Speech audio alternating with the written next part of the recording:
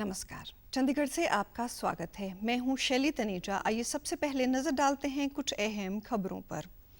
देश भर में आज से सिंगल यूज प्लास्टिक पर प्रतिबंध लागू, दोषियों के खिलाफ होगी कड़ी कार्रवाई। पंजाब विधानसभा बजट सत्र के आखिरी दिन एक विधायक, एक पेंशन सहित 4 विधेयक पास। और हरियाणा के कुरुक्षेत्र में श्री कृष्ण के 9 मुख वाले 40 फुट ऊंचे विराट स्वरूप का लोकार्पण। अब समाचार विस्तार से। सिंगल यूज प्लास्टिक यानी एक बार उपयोग होने वाले प्लास्टिक पर देश भर में आज से प्रतिबंध लागू हो गया है। पूरे देश में आज से सिंगल यूज प्लास्टिक वस्तुओं के उत्पादन, आयात, भंडारण, वितरण, बिक्री और उपयोग पर पाबंदी रहेगी। प्रतिबंध के दायरे में जिन वस्तुओं को शामिल किया गया है उनमें प्लास्टिक के earbuds, candy sticks, ice cream sticks, polystyrene यानी thermocol plastic plate, plastic cup और प्लास्टिक के अन्य बर्तन शामिल हैं।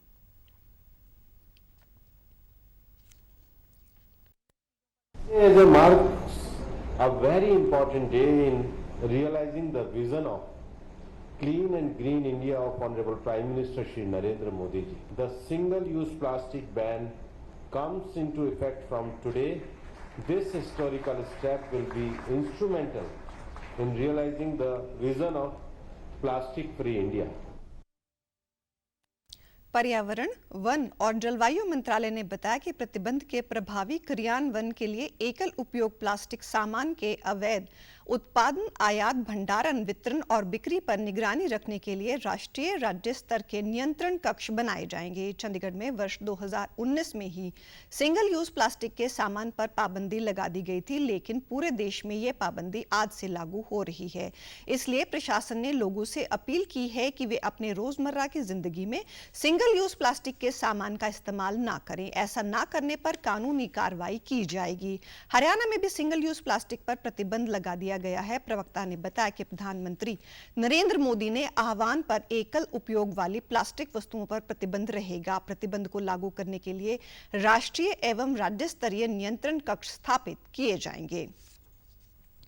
कुरुक्षेत्र के ज्योतिसर में राष्ट्रीय स्वयं सेवक संघ के सरसंघचालक डॉक्टर मोहन राव भागवत, हरियाणा के राज्यपाल बंडारू दत्तात्रेय, मुख्यमंत्री मनोहर लाल और गीता मनीषी स्वामी ज्ञानानंद के रिमोट का बटन दबाकर श्री कृष्ण के विराट स्वरूप का लोकार्पण किया। इस दौरान गीता ज्ञान संस्थान केंद्र में जियो गीता की तरफ से गीता के ऑनलाइन सर्टिफिकेट कोर्स का भी लोकार्पण किया। 40 फुट ऊंचा श्री कृष्ण का ये 9 मुख वाला विराट स्वरूप 4 धातुओं से मिलकर बना है, जिसका वजन करीब 35 टन है और इस स्वरूप को 13 करोड़ 63 लाख रुपए की लागत से स्थापित किया गया है। इस दौरान डॉक्टर मोहन भागवत ने कहा कि कुरुक्षेत्र को अब पूरा विश्व पवित्र ग्रंथ गीता की स्थली के रूप में जानेगा।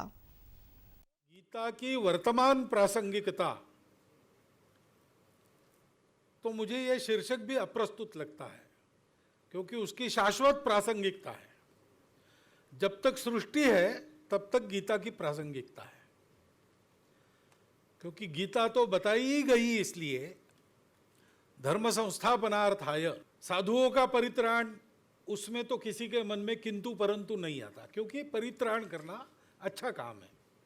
अपने व्यक्तिगत आचरण के लिए उत्तम उपदेश आज तक दुनिया में जितना आध्यात्मिक चिंतन और उसके प्रयोग हुए, उसके आधार पर जो निचोड़ मिलता है वो सारा भगवत गीता में है। उन्होंने बताया कि हिंदू परंपरा में हमें गीता मिली है जिसका कोई पेटेंट नहीं है। वहीं मुख्यमंत्री मनोहर लाल ने कहा कि भगवान श्री कृष्ण के विराट स्वरूप का अनावरण आज सौभाग्य की बात है। कि गीता का जो महत्व सारे विश्व में, इससे बड़ा किसी ग्रंथ का और महत्व नहीं हो सकता। भगवान श्री कृष्ण जी ने संदेश अर्जुन को तो सुनाया था, लेकिन वास्तव में सारी दुनिया के लिए था, वो मानव मात्र के लिए था कि किस प्रकार से हमको अपना जीवन जीना चाहिए। जीवन का एक सार, जीवन के लिए एक संदेश जितना उस समय प्रासंगिक था, उतना आज भी वो प्रासंगिक है। उन्होंने कहा कि गीता का जो महत्व सारे विश्व में है, मानवता के लिए इससे बड़ा ग्रंथ कोई और नहीं हो सकता। राज्यपाल बंडारू दत्तात्रेय ने कहा कि वैसे तो भगवान श्री कृष्ण का जीवन दिव्यता से परिपूर्ण रहा है, लेकिन ज्योति सर की इस पावन धरा पर अर्जुन को दिया गया संदेश मानवता का युगों युगों तक मार्गदर्शन करता रहेगा। इस अवसर पर मुख्यमंत्री ने कुरुक्षेत्र में सिंचाई एवं जल संसाधन विभाग द्वारा सूक्ष्म सिंचाई परियोजना के तहत Pabnawa distributary, Pindarsi minor Paharpur minor का शिलान्यास किया। राष्ट्रपति पद के लिए एनडीए की प्रत्याशी द्रौपदी मुर्मू आज हिमाचल प्रदेश के बद्दी में पहुंची। इस दौरान केंद्रीय मंत्री अनुराग ठाकुर और मुख्यमंत्री जयराम ठाकुर ने उनका स्वागत किया। इसके बाद वे दून विधानसभा क्षेत्र के किशनपुरा स्थित होटल में भाजपा विधायक दल की बैठक में शामिल हुई। उन्होंने विधायकों से समर्थन और सहयोग की अपील की। इससे पहले सुबह 10 बजे ही सभी विधायक बद्दी पहुंच गए थे। द्रौपदी मुर्मू का स्वागत करते हुए केंद्रीय मंत्री अनुराग ठाकुर ने कहा कि आज यहाँ उमड़ी भीड़ देखकर अंदाजा लगाया जा सकता है कि आपकी जीत कितनी बड़ी होगी। देवभूमि हिमाचल से आपने अपने प्रचार अभियान की शुरुआत की है, जो हमारे लिए सौभाग्य की बात है। और देवभूमि हिमाचल प्रदेश को अपने नई यात्रा के लिए और इस चुनाव प्रचार के लिए शुरुआत देवभूमि हिमाचल से की है। इसके लिए भी मैं आपका कोटि कोटि धन्यवाद और कोटि कोटि आभार करता हूं। देश के करोड़ों लोग यहां देवी देवताओं का आशीर्वाद लेने आते हैं और मुझे पूर्ण विश्वास है जहां एक और देवी देवताओं का पूरा आशीर्वाद आपके ऊपर रहेगा।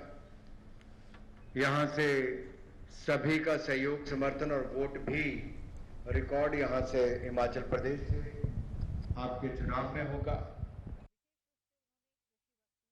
उन्होंने कहा कि देवभूमि हिमाचल में देश के करोड़ों लोग देवी देवताओं का आशीर्वाद लेने आते हैं। हमें पूरा यकीन है कि आप भारी बहुमत से विजय प्राप्त कर राष्ट्रपति के पद पर आसीन होंगी। इस दौरान उन्होंने राष्ट्रपति पद के प्रत्याशी मुर्मू के राजनीतिक जीवन का परिचय भी दिया। राष्ट्रव्यापी टीकाकरण अभियान के अंतर्गत अब तक 197 करोड़ 47 लाख से अधिक कोविड रोधी टीके लगाए गए हैं। स्वास्थ्य मंत्रालय ने बताया है कि कल 11,67,000 से अधिक कोविड रोधी टीके लगाए गए। स्वस्थ होने की दर 98.55% है। कल 14,413 रोगी स्वस्थ हुए। इस महामारी से स्वस्थ होने वाले रोगियों की संख्या बढ़कर 4,28,36,906 हो गई है। कल 17,000 से अधिक लोगों में कोविड संक्रमण की पुष्टि हुई। इस दौरान 23 रोगियों की संक्रमण से मौत हुई। फिलहाल 1,07,189 रोगियों का उपचार चल रहा है।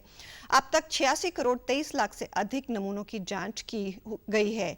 कल 5,02,000 से अधिक नमूनों की जांच की गई। स्वास्थ्य मंत्रालय ने बताया कि केंद्र ने राज्यों और केंद्र शासित प्रदेशों को अब तक 193 करोड़ 53 लाख से अधिक कोविड रोधी टीके निःशुल्क और राज्यों को सीधी खरीद श्रेणी में उपलब्ध कराए हैं।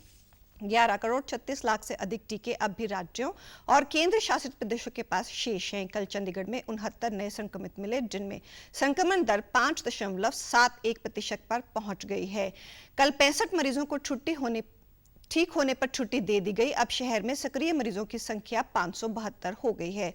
स्वास्थ्य विभाग ने 24 घंटों में 1208 लोगों की जांच की, जिनमें से 28 पुरुष और 41 महिलाओं में संक्रमण की पुष्टि हुई।